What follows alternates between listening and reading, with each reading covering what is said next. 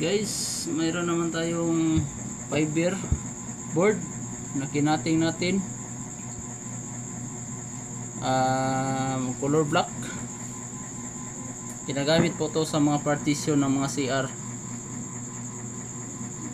Nag-cut ako para sa ating shafting guys, mga Kespero dyan. Ito maganda, ito hindi siya madaling mabitak at hindi pa siya maingay sa shafting. Yan, kasi yung ginagawa ko dati ganito, itong mga stainless rod na ginagamit ko,